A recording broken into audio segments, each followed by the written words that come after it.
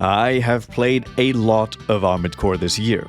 About 7 months ago, I decided that it was about time for me to dive into the past games of my favorite game developer, as Armored Core 6 was right around the corner. And I am happy to report that my Armored Core journey has been nothing short of spectacular since then. I got to play many amazing games, and I was able to meet a lot of amazing people who were more than happy to welcome me as a new Raven. Without Armored Core, we probably wouldn't even be here, as my channel likely wouldn't have grown as much as it did over the past few months. So to celebrate the year that armored my core, I thought I'd give you all a little recap on what has happened, what my thoughts on Armored Core are as a whole, and what the future of my channel will look like in 2024. No script this time, just me talking to my camera. 2023. It really took me this long to become a Raven, but here we are finally. First things first, I really need to thank every single one of you who decided to subscribe to the channel, watch the videos, watch the streams, even become members. That I'm still really thankful for every single person who decided to become a member at any point in time, even if you're not a member anymore. Thank you so much. I really didn't expect the channel to kind of pop off like this. Right now, let me quickly check. We have officially reached 2,500 subscribers. Again, thank you all so much for being here, for watching, and I hope that I can produce a lot more content for you guys in the future that you will enjoy as well. But for now, let's quickly do a recap. So, earlier this year, I started playing Armored Core 1, or the one from 1997 for the PS1, and let's just say it was an experience, and probably not an experience that I will forget anytime soon. Even though it's an old game and it really does show, not necessarily just graphically, because obviously it was on the PS1, this is a really old game now. There were a lot of things that I did end up liking in the game, but a lot of things that also just really felt dated. But Armored Core 1 is a game that I would recommend to anyone to just experience how the series started, if you haven't done it already. My experiences of going through the trials of learning the controls alone is something that I will look back on fondly, although at the time I was probably a bit more put off than anything else. But it really goes to show that if you keep at it, if you keep adding to a combat system, or if you stick around with the game franchise and you refine it, it really goes to show how well a combat system can turn out if you really tweak it, which is also a reason why I like Monster Hunter, for example, a franchise that's been long running, and they just refined the combat over all the years, over all of the different generations, and now it just ended up being one of my, favorite combat systems of all time. So after Armored Core 1, I kind of moved on to Armored Core Master of Arena. I skipped Project Phantasma because Project Phantasma wasn't supposed to be very long, and it didn't really add too much. It did add the arena, but we could also experience that in Master of Arena, and I have to say, the way the whole gameplay changed just by adding in a way to make money without actually losing money if you die was really interesting to see. And while I really like the idea of the whole debt slavery thing that Armored Core 1 had, and the other games had as well to an extent, but once they introduced the arena where you just don't really lose any money, it really just changed the whole game for me, because I would just run through the arena, get all the money through that, get all the parts that you will also get through the arena, and then just go ham in the shop, buy some really cool gear, and then do the story that way. I thought that was a really fun change, and it made the game a lot more interesting to me personally, because playing around with the different parts and weapons is kind of the core of the game for me and a lot of the fun for me, so being able to do that without any care really was probably what made me enjoy Master of Arena, and as an extent of that, Armored Core 2 a lot more. And also, we got to see Nine Ball Seraph, which I've made a whole video about that, you can go watch it. It was a really fun experience overall. So then moving on to Armored Core 2, I didn't really expect much to come out of Armored Core 2, honestly. I had a bit of knowledge previous to starting all the games, and Armored Core 2 was one where I heard it didn't really change much, and it's kind of the same, just a bit prettier because it was on the PS2. And it was kind of right, but also Armored Core 2 somehow ended up being probably one of my favorite old-gen games. probably because Leos Klein was memorable, because the arena experience was really enjoyable, and it was just a really solid game overall, and it refined some movement stuff, and it just felt a lot better than the first gen. So I think that's why it probably stayed in my memory more. And the soundtrack. The music of Armored Core 2 is probably so far one of my favorite soundtracks out of all the games. Probably because there's a lot of drum and bass and stuff in there, and I'm a big fan of drum and bass. But yeah, that's kind of why I really started to enjoy Armored Core 2. Armored Core 3 is a tough one, although many people actually said that Armored Core 3 is probably one of the best games, or probably some form of the third-gen games are the best. Armored Core 3 itself kind of was like whatever. It did introduce new things, it does things better than Armored Core 2 and the previous games in some areas, but I don't know, it just wasn't really as memorable to me. I can't really point my finger at why that is, but I will have a video on Armored Core 3 coming out soon-ish, so I will probably try to explore why that was in the video itself a bit more. I haven't really done much script writing on that one. Yeah, so I don't know why. Armored Core 3, it was alright, but I didn't really enjoy it as much as 2, for example, or Master of Arena for that matter. So after Armored Core 3, I immediately jumped to Last Raven, which is a pretty big jump. I skipped out on a lot of games. I will come back to these games, by the way. All of the games that I've skipped, I might play on my own, or I might play them on stream at some point. So be on the lookout for maybe videos or streams on that in the future. So when I went into Last Raven, I heard a lot of things from people. I heard that it's a really hard game because of how you start. I had to start from scratch, and that probably made it a lot harder because you could technically also import data from a previous game, which would grant you access to a lot of things. But I managed to pull through. It definitely was a lot more difficult, but it also had a very interesting concept. I enjoyed Last Raven more than 3, just because it was like a very different concept, and I will also have a Last Raven video coming up, so I'm not going to talk about it too much here. It should be soon.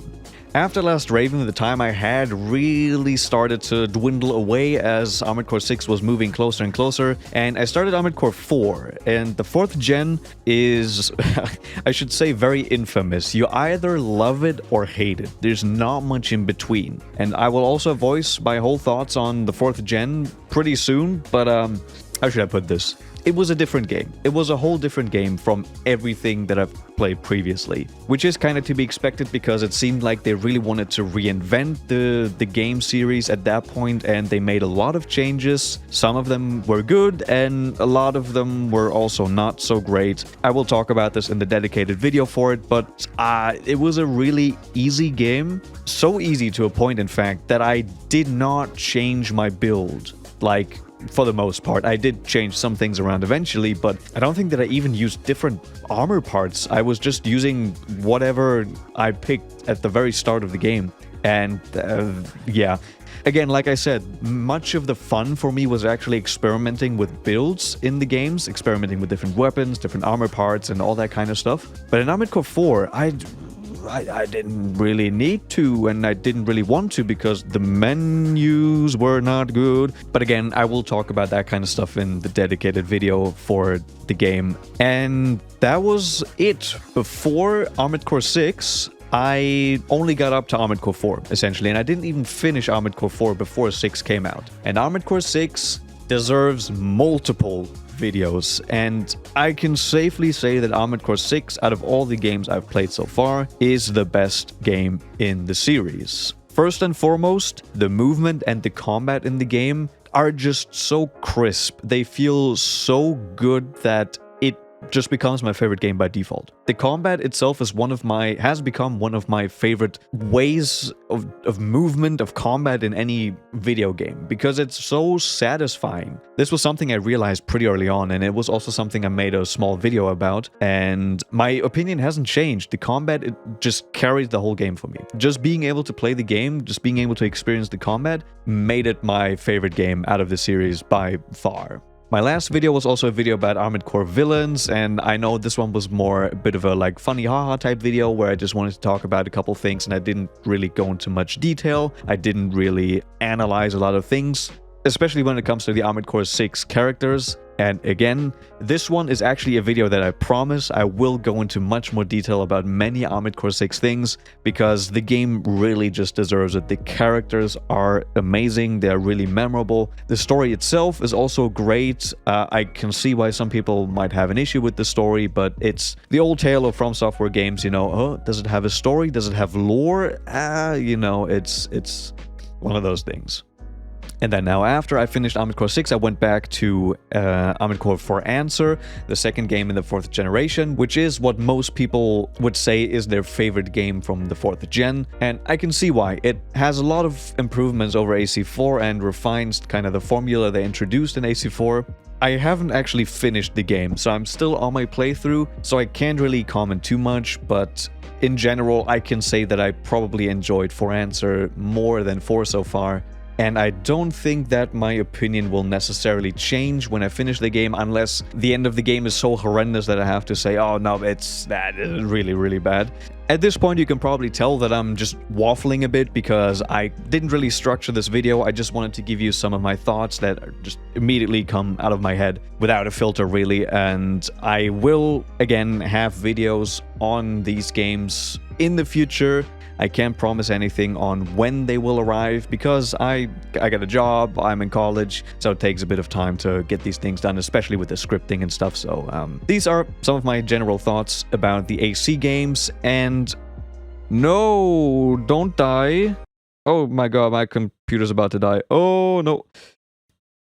Now, I also wanted to use this video to kind of give you a glimpse into the future of the channel, because I do have big plans. I have more video ideas than time on my hand, so I'm not running out of stuff to do. It just takes a lot of time, and I think I have some really, really interesting video ideas here that a lot of you could enjoy. However, I have to say one very important thing about the content in the future. I have talked about this on stream a bunch of times, but I really wanted to have, you know, a video where I mentioned this as well. I am not, or my channel is not, an Armored Core channel. Armored Core is not the only thing that I want to do here, and I've already shown this by just the content that I'm making. If you look at my recent videos, there's some other stuff in there as well, because I have many interests, many topics, many things that I want to talk about. However, Armored Core will be a big part of the channel in the future, and I don't plan on changing that. I plan on doing a lot of content around the Armored Core games, around the Armored Core community, PvP stuff. There's a lot of things that I want to do. But I also want to talk about other things that I really enjoy too. For example, I made a video about Hollow Knight, and that didn't do well, but you best believe that I will make content about Hollow Knight Silksong, which surely will release in 2024. Another big part of my life is anime, for example, and I have a lot of things that I would like to talk about, because anime is one of those things where I didn't really talk about it much. I just kind of consumed it, and I didn't really have an outlet to talk about it. And now that I have it, I might as well use it to talk about some anime stuff. There's gonna be some spicy things, let me tell you. And there's also my love for just From Software games in general, especially the Souls games, because that's how I got to know the game developer. And there's a lot of Souls stuff that I want to do, a lot of community stuff in the Souls games as well. For example, an Elden Ring viewer run, which I've already teased a long time ago. I just didn't have the time to really properly go through it. Another kind of goal that I want to set for myself in 2024 is to make more content. Since I don't have that much time to actually realize all of the video ideas that I have, I kinda need to find something else. I want to, this is in an ideal world, right?